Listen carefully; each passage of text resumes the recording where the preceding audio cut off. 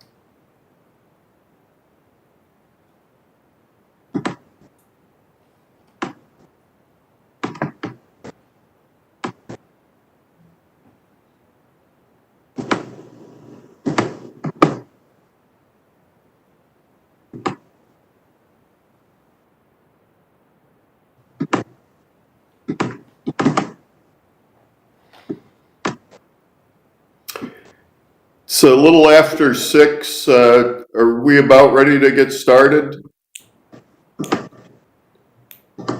Yes, sir. We are ready over here at the Chief's conference room, sir.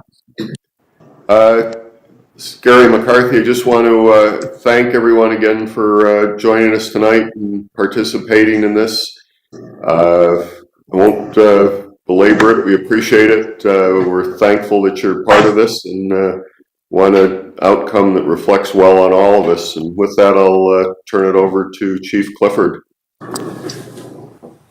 Thank you, Mayor, and thank you, everybody, for joining us tonight. This is our education and youth conversation. So I'm looking forward to it, to hear what everybody that not only helps provide programs for our youth and teach our youth has to say about policing in Schenectady, but I'm also looking forward to hearing from the youth in the community. Hopefully there are some joining us and that they could actually speak to us and tell us what you feel about policing in Schenectady. So thank you again for joining us. I'll now turn it over to Jason, our moderator. Thank you, Mayor, and thank you, Chief. I really appreciate it. And welcome to everybody on the call this evening. Just a reminder that if you're not speaking, to please place yourself on mute for the sake of everyone else on the call, so that we don't have feedback. Again, I appreciate everybody on this call this evening, and this is going to be a really important evening with the youth perspective being represented in this work. I'm just going to do a little bit of housekeeping, and then I have an opening statement that I've amended to make it a little bit shorter so that we can get to the conversation. And there's also some conversation guidelines that I'd like to go over, and I'm not going to read each one, but we will go over a few of them. So some of the housekeeping, we do have members of our faith community that have been supporting these calls every time we have one, and they are available to help with anyone that might have a need.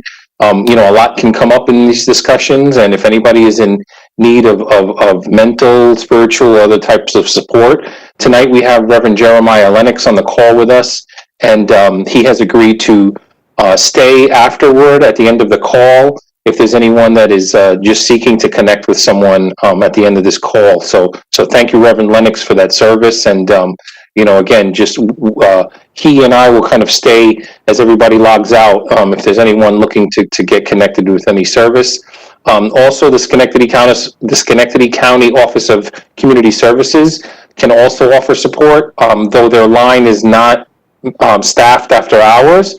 They do have a voice message, and if somebody needs to reach out, they can leave a message, and there will be some follow-up to connect you with the proper services. And their number is 518-386-2218. Again, that's 386-2218. So again, thank you to Reverend Lennox for that service this evening. So I'm just going to go into my opening statement. Again, my name is Jason Benitez. I go by he and him pronouns, and I currently serve as the Vice President of Talent and Inclusion for the Capital Region Chamber here in the Capital Region. I humbly come to this group and the work it is charged to do with the best of intentions and a sincere willingness to do what we can to produce meaningful, needed change. A little bit about me: I was born and raised in Brooklyn, New York City.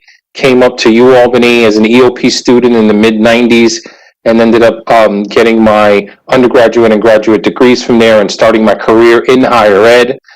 So prior to joining the Chamber last July, I had a 15-plus year in higher ed, working at 3 of our local institutions: UAlbany, SUNY Schenectady, and Union College most recently, where I spent just shy of 8 years at Union.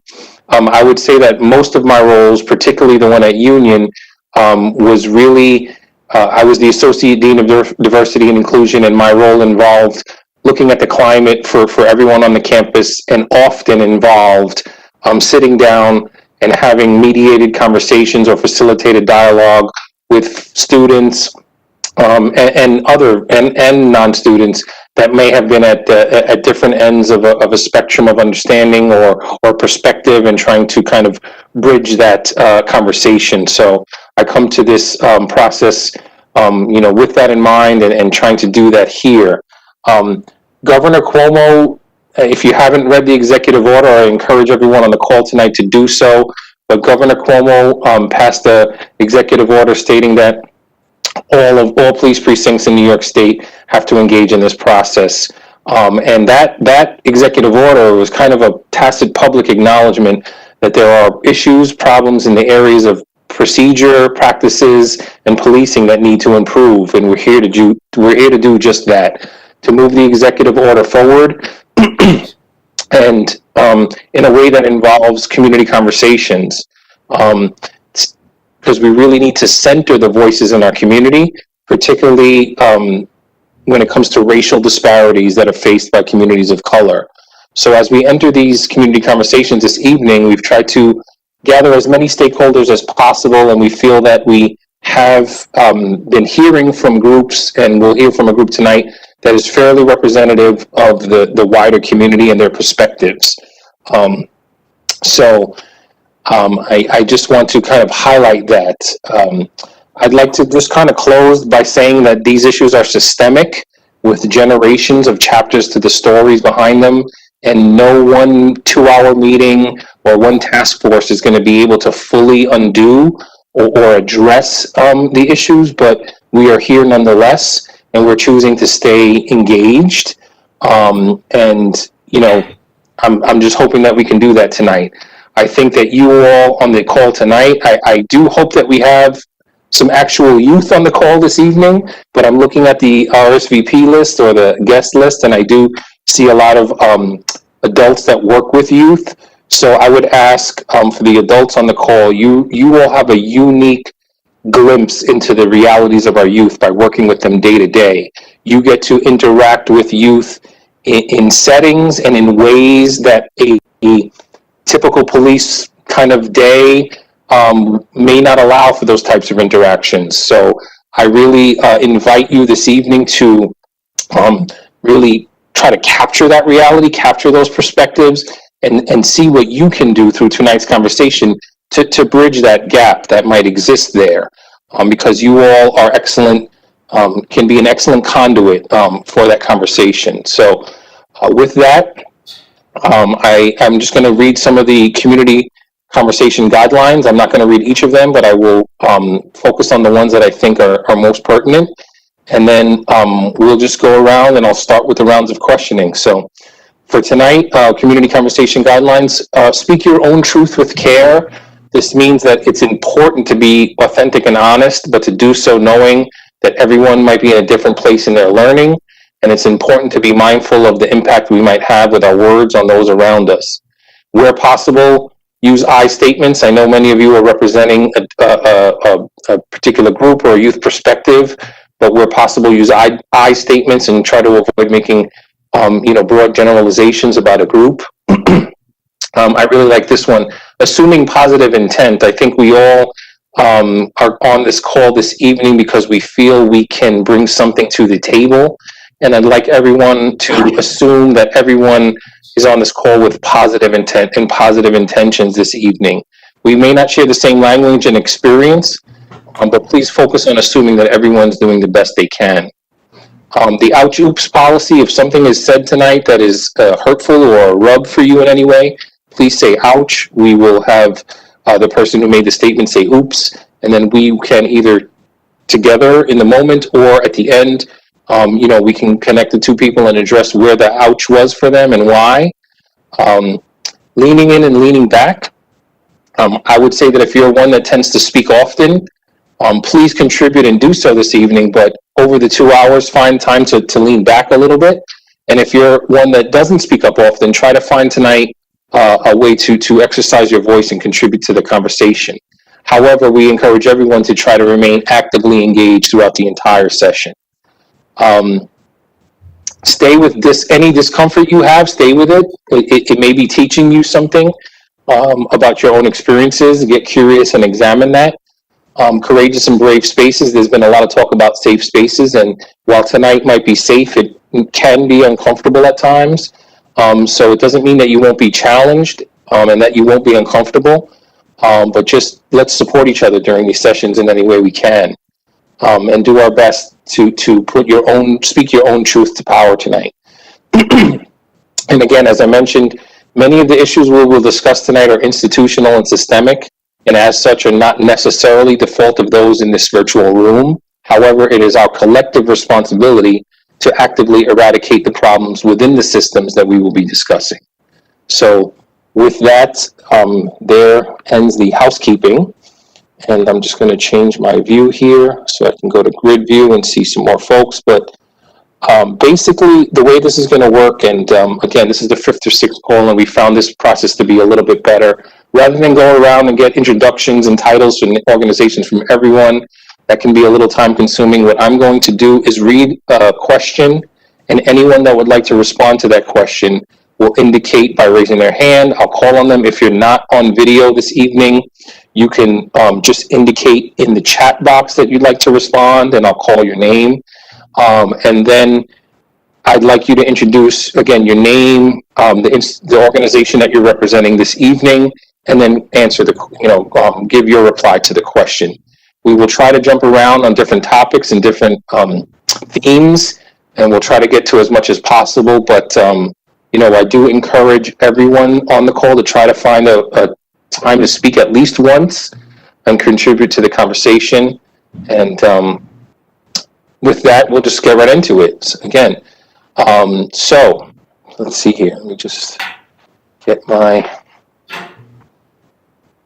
And if there's ever a question about anything, please, folks can raise their hand, ask a question, or drop it in the chat box. So just jumping right in, from your perspective, or the perspective that you're representing this evening, how would you currently describe the status of the relationship between the Schenectady community and the Schenectady Police Force? How would you currently describe the current status of the relationship between the Schenectady Police and the wider community? And this is to kind of speak to the topic of community involvement and building trust.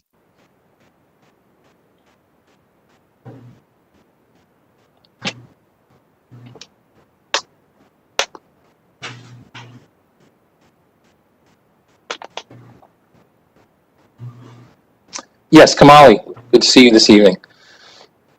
Hi, Jason. My name is Kamali Brown, and I am representing the Seat Center in Schenectady. I had the opportunity to conduct a couple of focus groups with our students, and one of the themes that I heard in those conversations were that they really didn't know how to approach or communicate with police officers so that they wouldn't have a negative experience. Many of them talked about what they observed through other friends or family members and their interactions with police, and so those experiences made them uncomfortable, not knowing how to step into an interaction. What do I say? What do I not say? How do I make sure that I leave the interaction with a positive experience? So they were unclear on how to do that. So there was a number of times where they shared that there wasn't trust, and they shared that there was more fear than trust. And then I think that was the gist of it. There was more fear and just not understanding the role that police played in their community and how to really have a positive experience with that. Thank you for kicking us off, Kamali, and thank you for polling, the youth that you work with. We appreciate your perspective. I see Violet is one of the youth on the call. She may be under attendee versus presenter, but she would like to speak. I don't know if it was in general or just speak to this question. And we also have Shane Bargy from the Boys and Girls Club. So if Violet can hear me and can take themselves off mute, or if Shane would like to jump in and answer that question. We're on the topic of community involvement and building trust. From your perspective, how would you describe the current status of the relationship between Schenectady Police and the wider community? Hello, this is Violet. Hello, Violet. My view on the Schenectady Police and the community, I don't think that from what I've observed with the Schenectady police that they understand that they are civil servants. From what I've observed, they seem to not really understand that that is actually their job description and like their place as like what they've signed up for. From what I have observed from myself, from other people, every interaction I've ever had with them, even if it doesn't spiral out of control and it is negative, I still don't, they've never acted as civil servants from what I have seen. I'm sure it's happened, but I have yet to see it, and I know a lot of people I know have yet to. They don't feel that way. They don't feel that Schenectady police act as civil servants. They act as they do their policing, but I have had many friend of mine have a negative interaction with them as well as myself.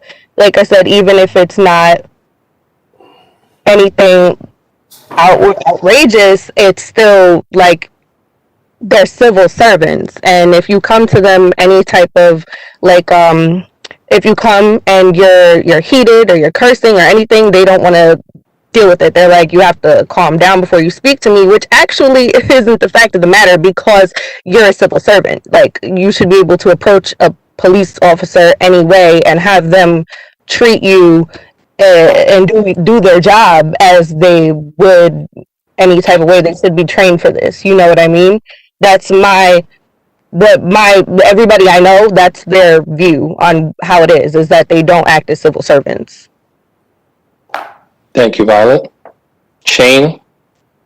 Hi, everybody. This is Shane Bargy, Executive Director of the Boys and Girls.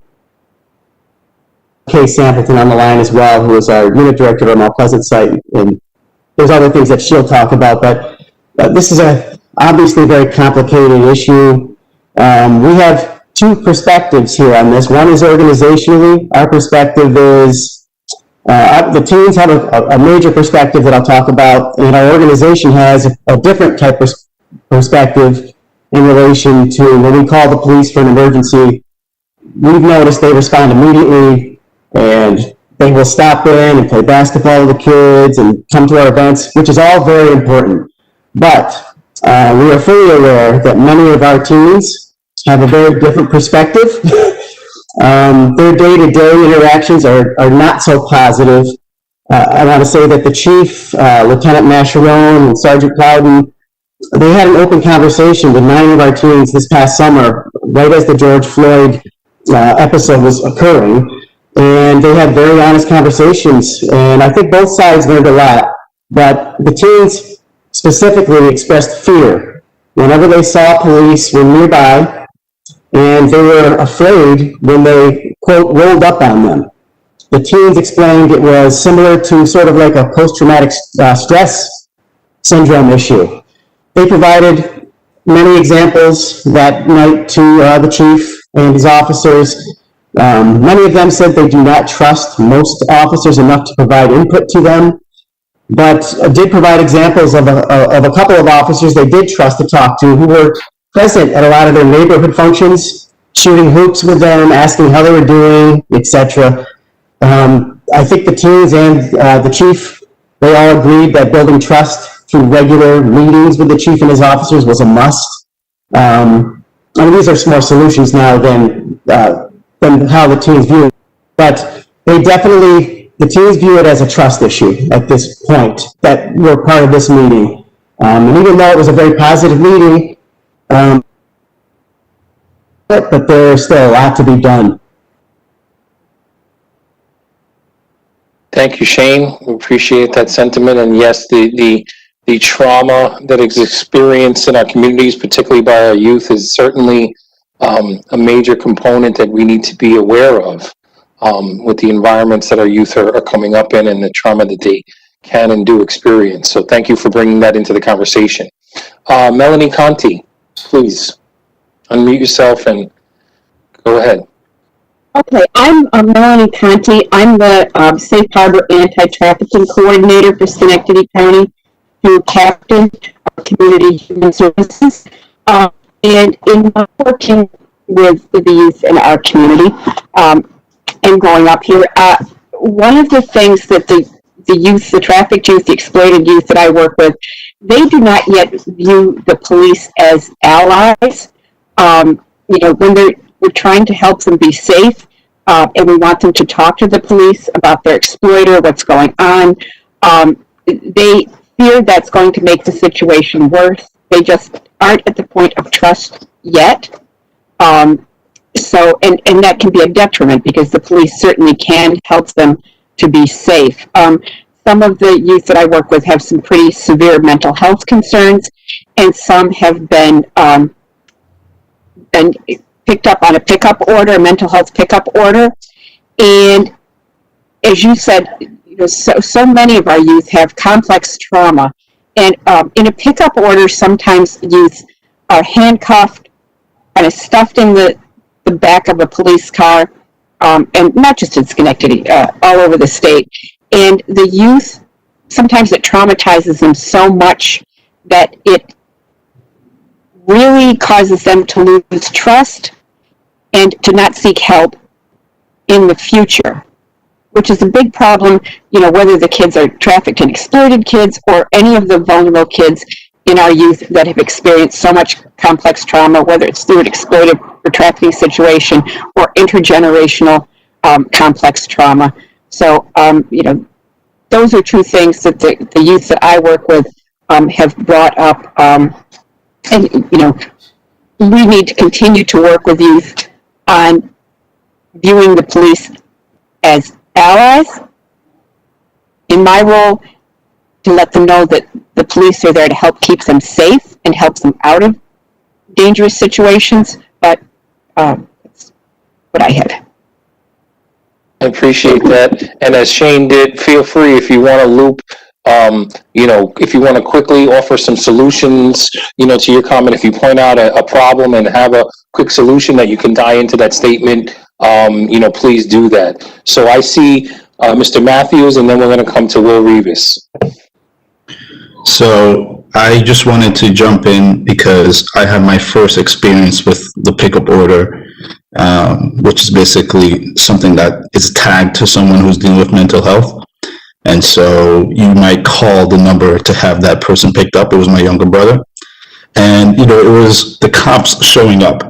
And they weren't always clear about the pickup order and whether it had been expired yet. They didn't have a connection to the psychologist or the mental health professional. It was very isolated. And they didn't understand what was happening, and I didn't understand what was happening. So calling the cops made it worse every time my younger brother had an episode, because they could not help. And so, that is of extreme importance to be addressed. They need to be able to communicate with each other. The cops shouldn't just be showing up to a scene with no context. And, I would say one time he was arrested, a young guy, and I would go to the station to pick him up. And, they had no clue. They just released him. They didn't release him to the hospital. They didn't call one of us. And so, that's what a lot of young people are dealing with, just this endless loop of miscommunication between the important institutions. And then, speaking to what Shane was saying, I work with lots of youth organizations. And yes, we can call police officers and they're going to show up and it'll be great because we're all leaders. And, they can communicate with us on that level. But a lot of our youth, a lot of our young men, they don't feel the cops have their back. And when something happens to them, who do they call? And I feel like that's the dream, if young people can believe that the cops have their back. I've also spoken to young men who, have a baby mom and deliver the kid, and the baby mom calls a cop on them. And this is maybe 3 or 4 years repeating over and over again. And I'm like, damn, you went to jail for 8 months and went back with this baby mom? She called the cops on you? You put your hands on her? She's like, she put her hands on me first, but that's my baby mom. She called the cops. And so there's this maligned relationship where some people think the cops have their back, but when the cops come, it just worsens the situation. And that person still has to go back and live with that woman. And because they love each other, they have this kid together. And so I just see these ways where just poor communication, where cops aren't working directly with families, where cops aren't working directly with mental health providers. I think those are the things that you can do. How can the cops work with families so that someone doesn't have to leave their household, or work with a mental health institution so that the person isn't in and out of the psychiatric ward? So I'm just going to drop all that in because those are the things I think are truly important. Working directly with families, so you're not taking someone out of the community. Every villain that you arrest who's a young man is somebody's uncle, brother, father, and I think that's what's missing. The fact that you cannot take a criminal out of the community without taking someone's son out of the community, without taking someone's father, without taking someone's uncle. Thank you for those perspectives. Appreciated. I got Will Rivas, then I have Diana, and then Terrell. How you doing? What I would like to say is, as an individual who's dealt with police on both sides of the coin, I really think it's important for people to understand the role that generational poverty and these social injustices really play into the lives of our youth. Yeah, you're dealing with a generation of youth as a young man, because I saw what happened to the men in our community, like Johan was kind of talking about. I grew up 15, 16 years old with no men in the community that looked like me because they were all in incarceration. So how does a child who grows up to see such things, and I say that to take into consideration the perspective of our youth now with what they're seeing on social media and on TV all the time with the police brutality, how can we expect, and in working with my youth, this is something I take into consideration for myself. I grew up extremely angry at the police. I didn't want nothing to do with them. I come from a community in which, in committing crimes, it was our everyday practice to become smarter than the police officers. And as an adult now who no longer is in that lifestyle, it was a total culture shock, a culture change for me to adapt that which was given to me coming from a background in gangs and drugs, to change that perspective to and keeping in consideration the greatest need of my community and how I want the best life for my people. How do I address that? And what I found is the same way on one side of the coin, us in the community, we have total misconceptions and misbeliefs that have been passed down based off interactions and experiences and things we've seen or what we heard about the police. And then on the other end, the police really they don't come from our community, so they don't really know the evolved situations. They don't know about the level of mental health in homes. They don't know the trials and tribulations of teen pregnancy and kids not having the educational resources. They're unaware of these things. So, what I've done is I've made it kind of my work to create not only the conversations, but the opportunity to create solutions to really address these things on both ends, because in wanting what's best for my kids in the future, and when I say my kids, I mean the youth that I work with, the one thing I don't want them to have is that false perspective, that false narrative about themselves and other people in positions of authority that can further destroy those relationships that a lot of us are working on. Thank you, brother. I appreciate that. And Will, I want to come back to you, sir, because I'd like you, if possible, to talk about how you adapted, how you went from that angry kind of younger perspective to adapting the perspective you have now. But I want to get some other folks' comment before we come back to you. So, Diana, please.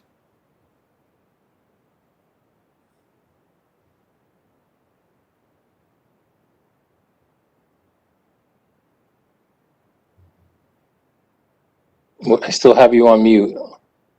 There you go. We can hear you now. Okay, sorry about that. Couldn't figure it out. Good evening, everyone. My name is Deanna. I work at Seat Center. I just wanted to mention some of the solutions or suggestions that some of our students brought up during our meetings. One of them was they would like if police officers would volunteer more at community centers like ours or even the Y. I know this is happening, but not at the level that it should be happening, in my opinion, where there is a police presence just for good things happening, not just when bad things are going on. So if there's like specific times that police officers can be assigned to be in community centers like ours, that would be great to get to know the youth, to get to know what's going on, just to have a feel for the community. Another suggestion that some of our students brought up was also having a specific system where they can report violent or excessive force complaints. Some of them have experienced this and they feel like they had no way or didn't know where to go or who to talk to because it was by the police and they feel like going to the police was just not going to be helpful.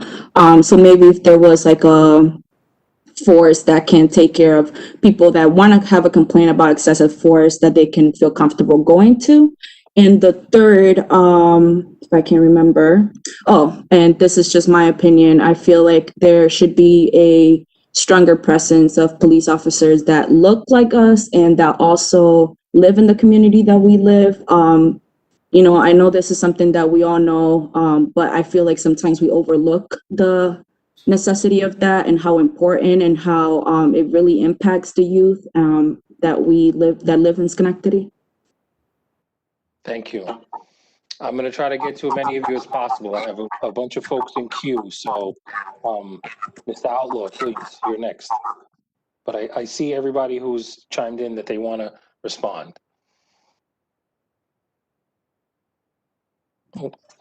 There you go. So kind of to piggyback off of what Diane said, it was a great, I like what you said about more police involvement. I feel like the police are involved in the community. I feel like they are involved. They may not be, I agree when she says that they might not be involved at the rate that we may all like them to be at, but I do see Schenectady police involved in things in the community. Even like with help, like people like Will, with like the Christmas drive that he does. I've gotten a chance to, not only have that experience myself, but also like share that experience with my kids. And, at a young age, they're able to see that, every interaction with the police doesn't have to be a negative thing. I have a grandmother who retired from corrections. So like I was told a lot of things about the police department, about just, how to interact with the police and just things to do and things not to do. Ways to end up in jail, ways to not end up in jail. My grandmother, she, worked at Rikers for maybe like 20, 30 years. But not everyone gets that that education, early growing up, and not everyone gets those interactions, going to a jail for positive things, for Christmas parties and things like that, or being able to, to do fun things with the police, like play basketball with them. Not everyone gets those interactions, but they're super important. And I think that they're really important now with the younger generation, kids that are in middle school and high school. They're seeing, we're seeing all these things happening with, with police, and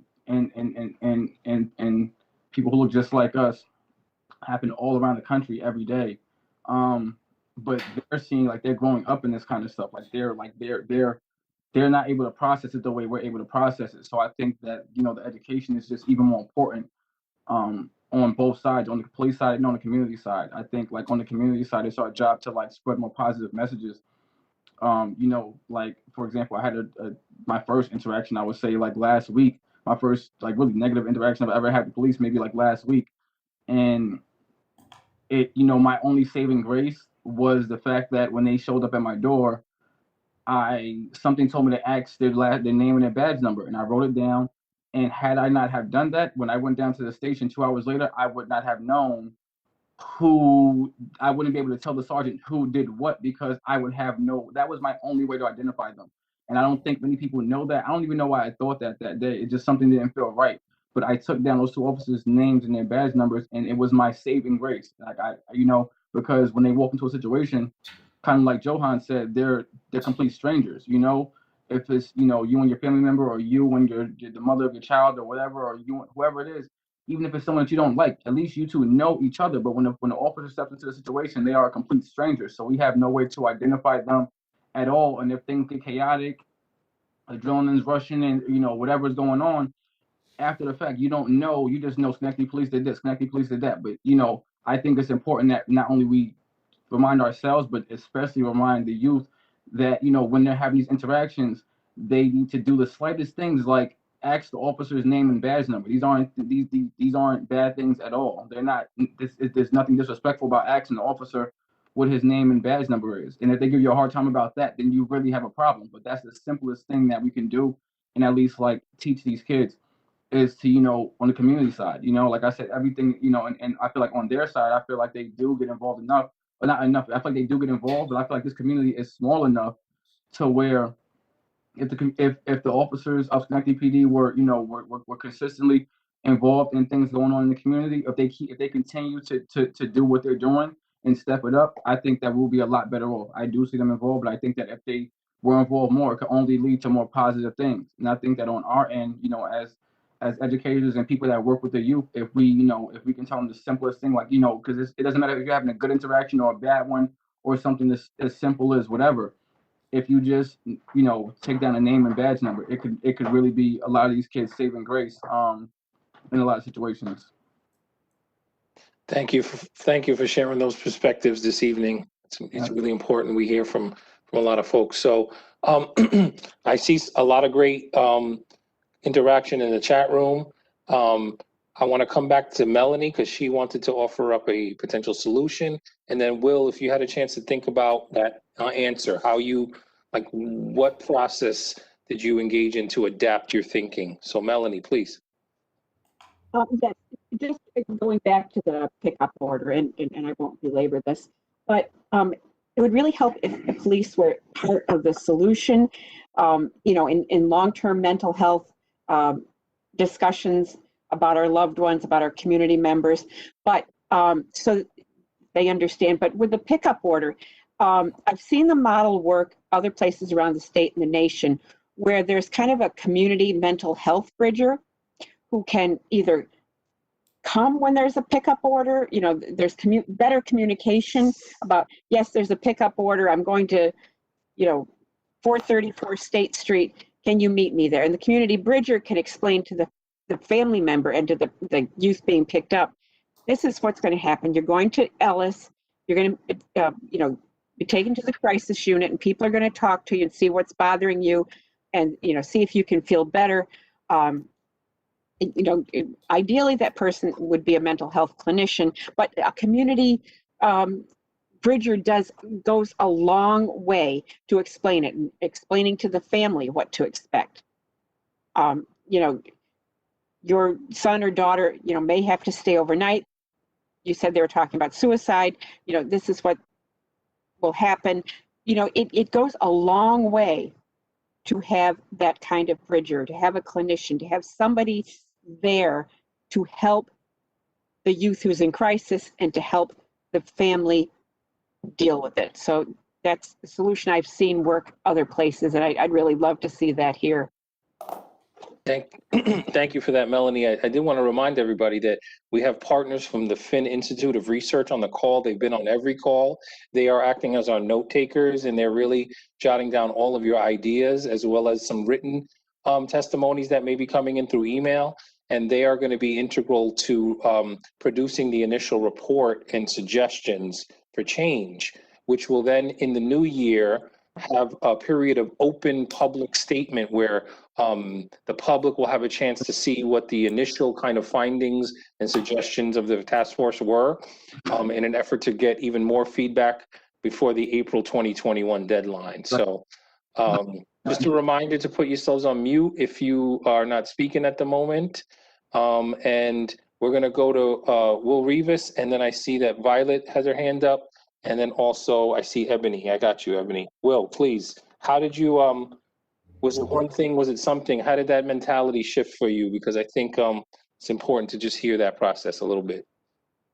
The way that shifted for me is my mother was a Schenectady County sheriff. So what's important for people to understand is I was raised around the police.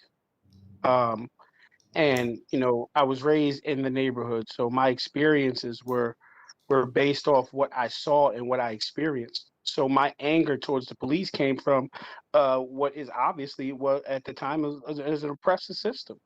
We history. Time. But the most important thing for me was becoming an adult and realizing that I was miseducated. I was miseducated by my peers. I was miseducated by my community, not because it was they're bad people, but because, miseducated people, we misinform each other. And as young men at 15, 16 years old, how can you ever teach each other how to be men? How can you ever share real life experiences with each other and really dig into the right way to go about things? So after being incarcerated 4 or 5 times, you start to look at yourself and realize that, the police are not the reason I got caught for selling drugs. It was me. The police were not the reason I got arrested for busing checks. It was me. So at some point you start to look at yourself differently outside this oppressive system because, let's be honest, social conditioning and the school to prison pipeline, all these things are real. There's no make believe with this stuff. But at some point, what happens is we all have that moment when we start to see outside of our experience. And for me, it was sitting, in a cell, and it was really taking into consideration the accumulation of my life and understanding that I had a choice to be better. I didn't have to continue to succumb to my choices. I didn't have to continue to be what I was told. And my wife, I thank my wife, really for this, because one day she says to me, William, you have the opportunity to change lives and you're a drug addict. And it wasn't really till then until potential and clarity really started to set in. And I realized that maybe I had been going about things absolutely wrong. And the way I started to treat people and deal with people became different. So I started to retrain myself, my thinking, my feeling, my responses, my reaction to situations. And what I found was growing up as a kid, even when I was arrested and selling drugs and being chased by police and sitting and questioning, there were times in which I came in contact with police officers who were actually fairly decent. It was my reaction to a situation in which a lifestyle I was living at the time, it didn't allow me to really have that safe interaction. So because I was doing what I was doing and where I was, I felt how I felt. And for our youth right now who are seeing, based through social media and media every day, police brutality, Black and brown bodies being broken by the police. So it's creating an anger in them in which how could they fairly interact with a police officer when this is all they're seeing? So the way I changed it was I totally had to stop and retrain myself. And not listen to the perspectives of everything that was given to me just from the community in the block in the neighborhood. I started to have to reach out to people who weren't from where I came from and start to really give myself new opportunities and new interactions. Thank you. Thank you for that. These issues are certainly multi-layered, and you offered some well-rounded perspectives there. So I see also Tom wants to get Rochelle Stanley on, so we're going to come around. But Violet, you have the floor, and then we're going to come up to Ebony, and then we'll come over to Rochelle. So Violet. Thank you. I have a few points because I actually was taking notes during this because I just thought there was a few things that I should address real quick that were on my mind as everyone was talking. So Ms. Diana mentioned something about how police should be more involved in the community and, showing up for events that are positive to change the negative connotation. And I do think that's important. And I do see police out here in positive events. However, I think that becomes irrelevant when in charged moments where people need them, they don't know how to conduct themselves. Yeah, you guys can do all the positive things that you want to do. However, when you're losing yourself in moments where there's a crisis happening, then it becomes sort of irrelevant. Like, you can do anything nice that you want, but when your job actually needs you and it gets stressful, that's the time where you need to pull through and you really need to shine. And I don't find that people are doing that. I also noticed that people were saying that there aren't avenues for people to take when they experience police brutality. Now, I have a friend of mine who actually did experience police brutality at the hands of the Schenectady police, and he called all of the numbers that were provided, and they told him there wasn't enough evidence. There was video footage, which I actually saw myself, that I thought was more than enough evidence, but they told him that there wasn't enough evidence. And quite frankly, I just don't think that the systems that are in place that are supposed to hold these people accountable, you can give out the numbers all you want for internal affairs or whatever have you, but it's not going to do anything if these organizations aren't actually holding anyone accountable. And the same thing for Mr. William mentioned the mentality change, in that his reaction to the police is what got them to stop reacting some way. But again, these are civil servants. They should be able to deal with whatever reaction you're putting out as a civilian, because you are the civilian and they are trained officials. I also have the mentality shifting. My friend that experienced the police brutality was always the first one in the conversation to defend the police. He actually always was out here talking about like he thinks they get a bad rap and he doesn't know why and this and that, this and that. It wasn't until he moved to Schenectady and experienced it at his own hand. He actually didn't even break a law. It was a mistake on their part, which they did admit to that. Like he, got detained and they were like, oh, our bad, bye. But he still experienced the police brutality. He had bruises all over his body. And now it's a complete mentality change. He was always the first one at the scene. Anytime anyone was saying something about the police, he was like, no, there are good ones, this and that. He no longer feels that way because of what he experienced. This is a man that doesn't break the law. This is a man that didn't break the law. This was a mistake on the police's behalf, and they had yet to do anything about it. Nobody was held accountable. I don't understand how this is able to happen. I think that you're talking about mending the relationship with Schenectady and the youth and the police. I don't think that falls on the youth. I think maybe you guys get a bad rap sometimes, but if any of you are out here doing these things, which again, I know that for a fact that you were, I saw the footage. I saw my friend all bruised up. Nobody was held accountable. I think that is where it starts. I think that you guys need to, I don't know, do something to reform yourselves before anyone is expected to reform how they are viewing the police. Again, like I said, even if somebody is acting some way toward the police and it's like, oh, the reaction that's making them act that way, they should be able to act however they feel they need to act because they are a civilian and the police officers are the trained officials who are civil servants. And that's my piece for what has been said so far. That's about it. Like I said, I just felt like I would be remiss if I didn't point these topics out while these things were being spoken about. We appreciate your voice tonight, Violet. Thank you for being bringing your truth to this process.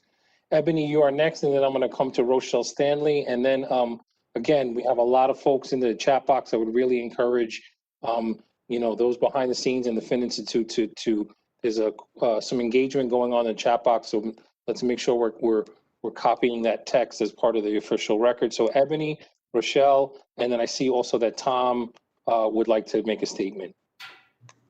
So we all know it's a multifaceted problem. So it's going to have to come repair and progress is going to have to come from a lot of different places.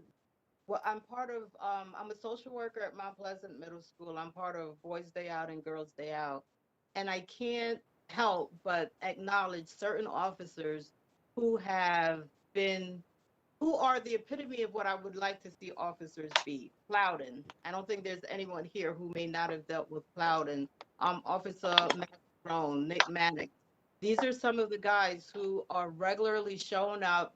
One of the things that we do at Boys Day Out and Girls Day Out, and something that I do at Mount Pleasant Middle School, is invite conversations between those, especially those officers, because I have learned to trust them.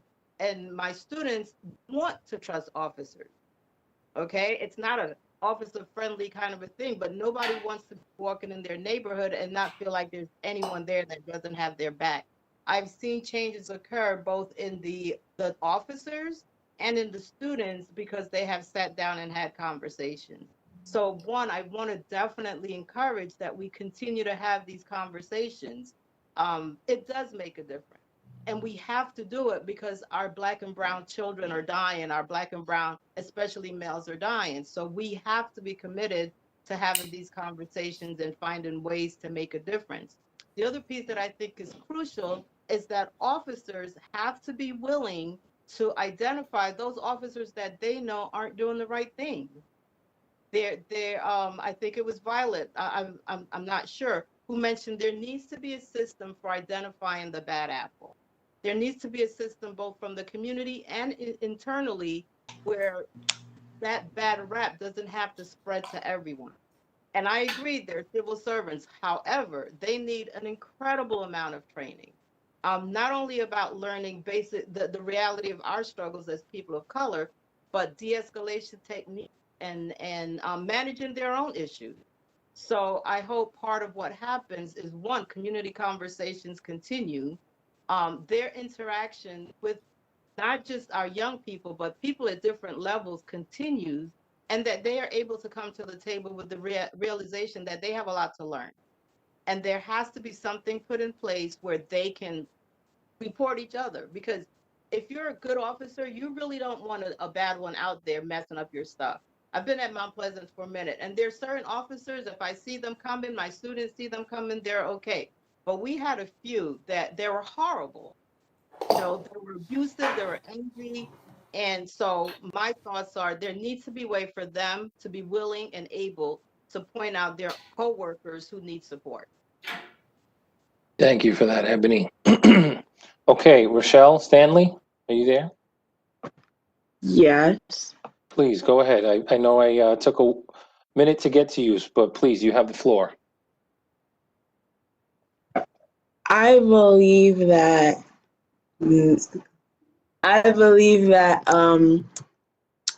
police are there to help everybody, and if anybody has a problem with anything, they should call the police.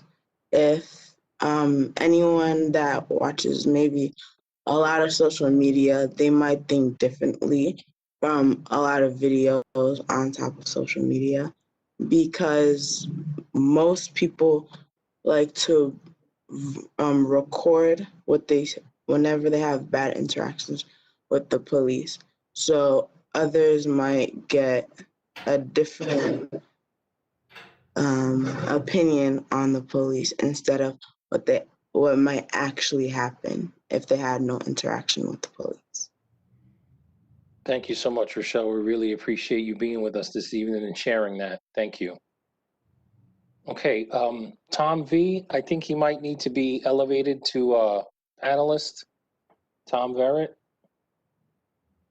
And then I did see that Diana would like to comment as well. Deanna? Yes.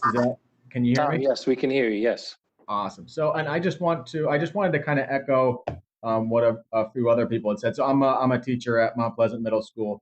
And I really do just feel like there are some police officers that are absolutely like unbelievably amazing. Like Ebony said, they are like the epitome of what you'd want. Like I've sat at Belmont football games and seen Officer Plowden literally start from one end zone to the next and stop and talk with everybody at the football game, and everybody knows him.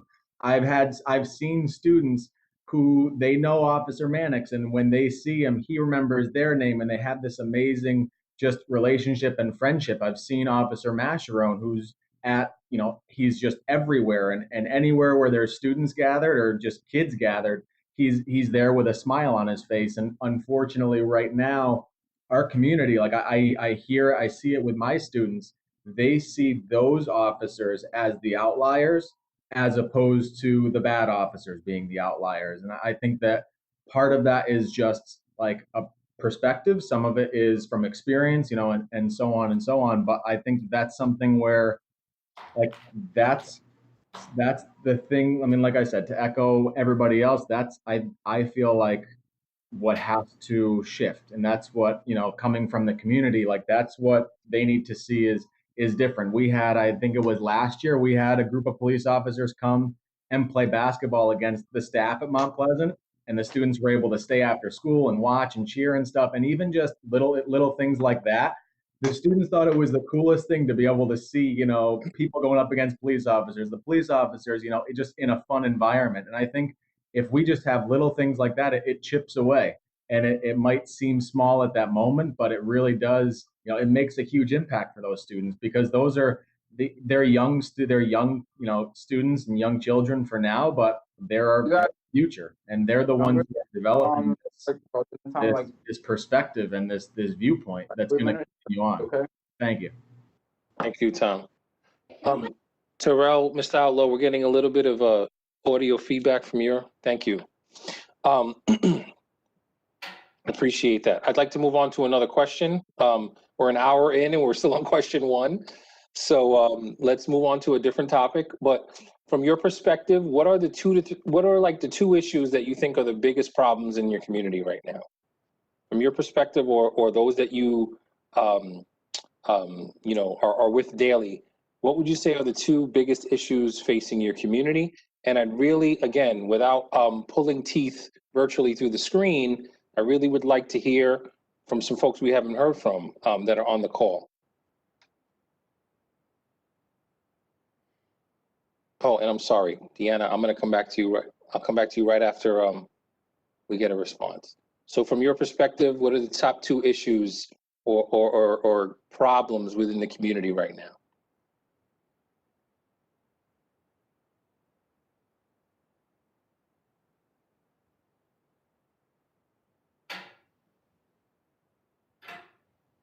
Okay, so we'll go to Deanna to respond maybe to that question or maybe to the previous one. Go ahead.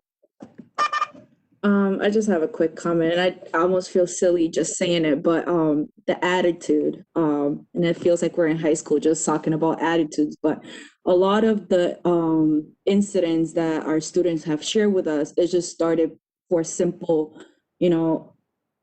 good old attitude that the police had. And I think this is just human services, social work 101. We're all professionals here in the field. And if I'm working with youth, young adults, children that somewhat, because of the community they live in, or the brought up, like, however they brought up, like, they have some traumas. Either that was through poverty or the family that they lived in, or whatever it is. A lot of the youth that we're dealing with, they experience some trauma. And I feel that us as the professionals should come prepared to deal with that. And I feel that, just like you can't expect me, the good old program specialist, to be rude to a youth, why are we accepting that from police officers? And it's just simple, walking down the street and it's like, what are you doing? Or why are you walking this way? Or do you have drugs? So it's just simple, just get rid of the attitude. That will be really nice. And just be kind. You are a servant after all. But I think that's what really aggravates a lot of our youth. I think that's how a lot of the problems start. I'm not justifying if a youth or is rude to the police. I don't think that's okay either. But I feel that sometimes it does come from the police officer first. Thank you. Ken Brooks, we see that Ken Brooks would like to chime in. Please go ahead.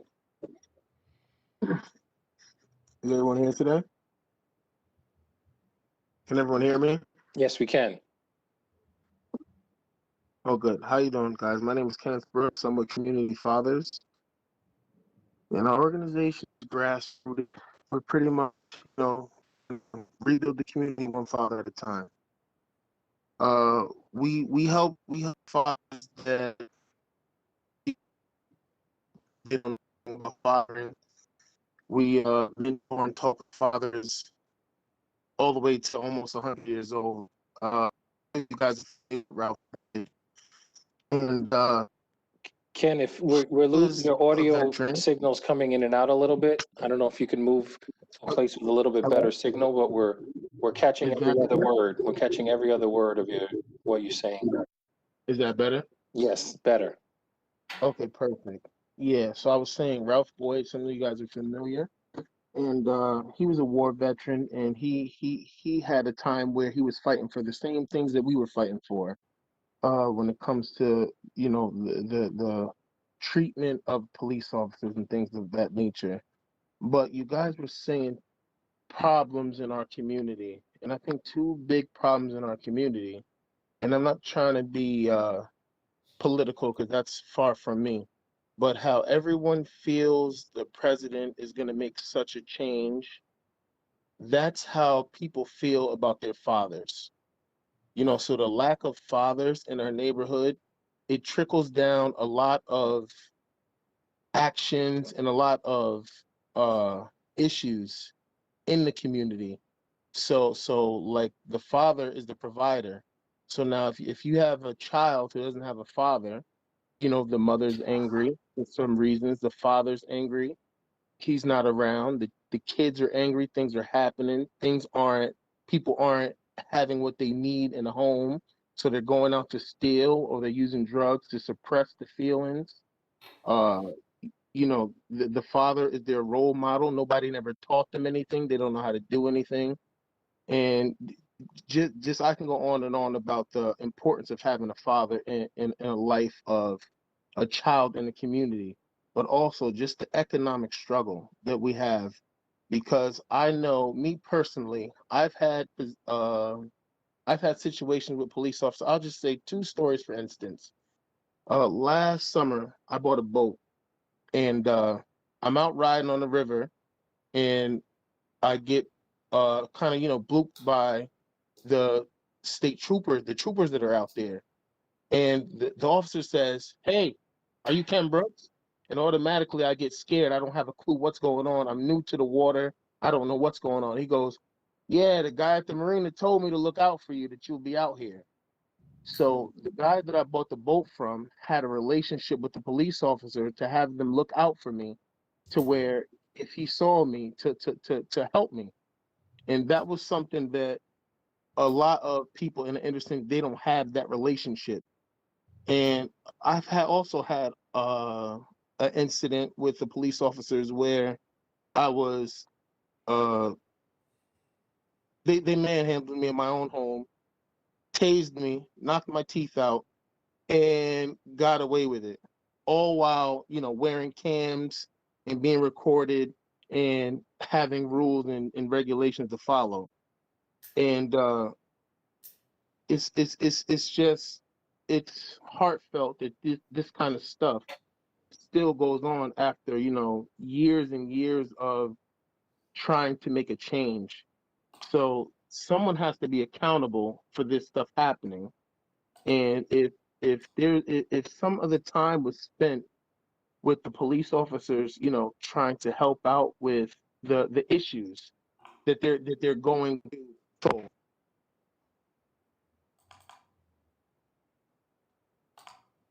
Ken, are you there? Early kids, but if they get to the root of that problem, then the problems won't occur, and then there will be less likely police brutality happening.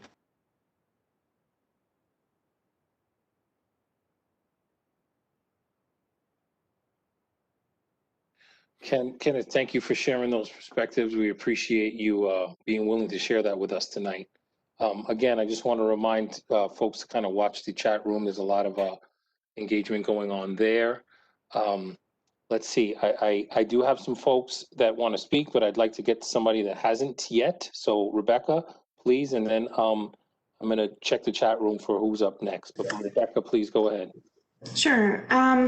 You were asking what are 2 of the biggest issues that our community faces, and I think there are many, so it's kind of hard to identify, but I think mental health is certainly one that's significant, and I think that is often tied into self-medication, which leads to substance abuse. And I think that the systemic trauma that, whether it's from an educational standpoint, whether it's from a historical standpoint, I think that is, it's not something that's easy to wrap our heads around, but I think it's something that we need to begin to break down. An example that I would say that happened recently, my daughter was at a rap concert. There were several rap artists. This was obviously pre-COVID, may have been last summer. I think A Boogie and some other people, I don't know who were at, but when I went to go pick her up, what was alarming to me was the police presence. And I know that certainly that level of police presence wouldn't have been there after a Broadway performance. I had never seen, and there was nothing going on. It broke my heart to see that as a community, we were so afraid of that event going the wrong direction that was the message we were sending. And I think, lights were going. It just was a very clear message. And I thought it was just really sad. And it led to, I think it leads to that misperception of how people are viewed, and it's just not acceptable. I've had some really good experiences, but I feel like to really get at the heart of the matter, we have to really be honest about addressing what's sending those negative messages. I think, I've had a number of young men that have been through our program at the Seat Center who have had, especially where it comes to relationships. I've been called a couple of different times where I'll have a young man call me to come and meet over at their house because he has an abusive wife or child's mother who he's staying with, and she's called the police on him, and it always goes in her favor, and he gets carted away. It's unfair, and it's really sad. I think we can talk about it, but I also think we need to just do things differently. And I don't think until people really own that that's what's going on, things are going to really change. It's important that, yes, we have these conversations, and we have them because our governor says we need to change. But from a human standpoint, how we see each other, how we treat each other, just has to change. Thank you, Rebecca, and we appreciate you being vulnerable and open with us this evening. Appreciate it. So I'm going to go to Mr. Matthews, and then I have Kaylin is with Shane. So Mr. Matthews, then we'll go to Kaylin, and then I think I still got to come back to Will. So please. Gotcha. So, put simply, the biggest issue is a systemic one from my perspective. It's mass incarceration. And this begins when students are in school being disproportionately suspended by the teachers. Again, majority white teachers suspending these young black men. Obviously they have good intentions, but these are the outcomes. In 2012, the Center of Law and Justice in Albany said young black men in Schenectady were 3 times more likely to be arrested for marijuana. When young men leave school and they need to make some money, what are they going to sell? Some weed. And when I came to America in 2005, I saw young men not really involved, in weed and stuff like that. It took me a while to get into the scene, but I saw young black men eventually saying they're selling weed for a little bit of money, a gram or two, very small amounts. And then I would make, European American friends, white friends, and they'd be selling pounds off their front porch. And this was just 2 different, black markets. It was like a white black market and a black market. Selling just tiny amounts of weed and literally constantly engaging with the cops versus mass amounts of weed having no issues with the cops. And this is just because, they didn't have to be on the block. Now, should you be on the block? No, goofball, go home. But that's what you're doing, and you're selling much less, and you're constantly engaging the cops. So that's mass incarceration, starting from school, kicked out of school, making a little money in the black market, to constantly being bombarded, taken out of the streets into jail. Maybe you had a kid. That kid is experiencing fatherlessness. That's the whole systemic profiling that starts from the beginning to the end, constantly cycle. And the second one is family support, which touches what I spoke about earlier, where you have domestic violence or mental health problems. Because who calls the cops? People who don't feel like they have any way to deal with the problems in front of them. You have mothers who are dealing with men who may be acting violent, who may be intoxicated, who may be having some type of crises, or might be taking advantage and trying to dominate them. Whatever the case is, they feel the cops have their back, so they call the cops. But that young man comes out of jail. He wants to live with his baby mother and kid, right? But there's a restraining order or whatever. She doesn't care. He doesn't care. That restraining order still exists. And whenever she wants to, if she chooses to act in this way, she can call and she knows that's her power.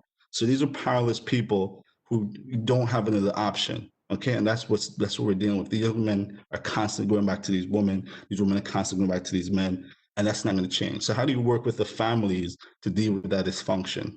Because again, every time you arrest a so-called criminal, you're arresting someone's son, someone's uncle, someone's father. So how do you deal with the family issue around that?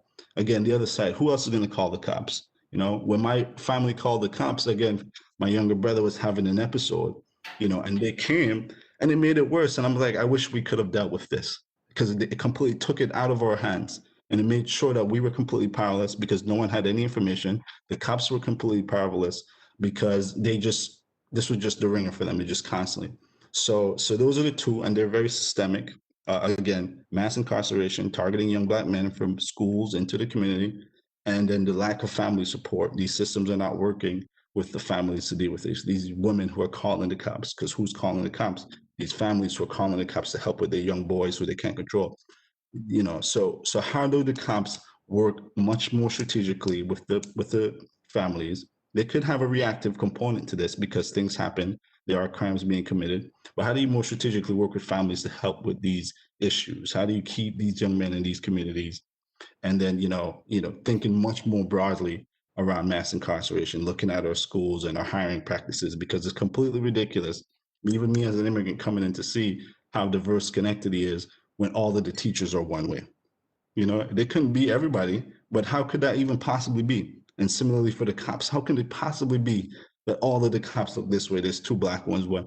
That's insane. As an immigrant, I saw that immediately. And that was not how it was where I grew up. You can say, go back to where you come from, whatever. But that's just the reality. It was just insane to me that this is life in America. Thank you for those perspectives, sir. I think we have Kaylin on the call via Shane's login. So Kaylin, you have the floor. Hello, my name is Kaylin Sampleton. So I wanted to speak on, I guess, two of the biggest issues that I see. As Rebecca said, there's just so many, but the biggest ones that come to heart, just that are overstretching over the issues that we're facing, that I'm facing now, is the acknowledgement of mental health in a 360 view from police officers to community members, and where it is stigmatized and not normalized, and to some degree a very large percentage of people are impacted or experiencing some sort of mental health issue, or sorry, I don't know if it's dinging on your guys' end. No, we can hear you. Please go ahead.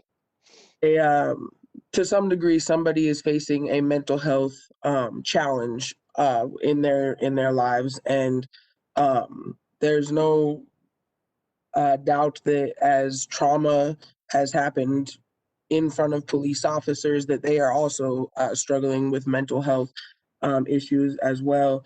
And so I feel that it is not acknowledged enough, and there's not enough resources for the community and for the police officers to gain mental health help, and to have therapists available, to be able to have community support.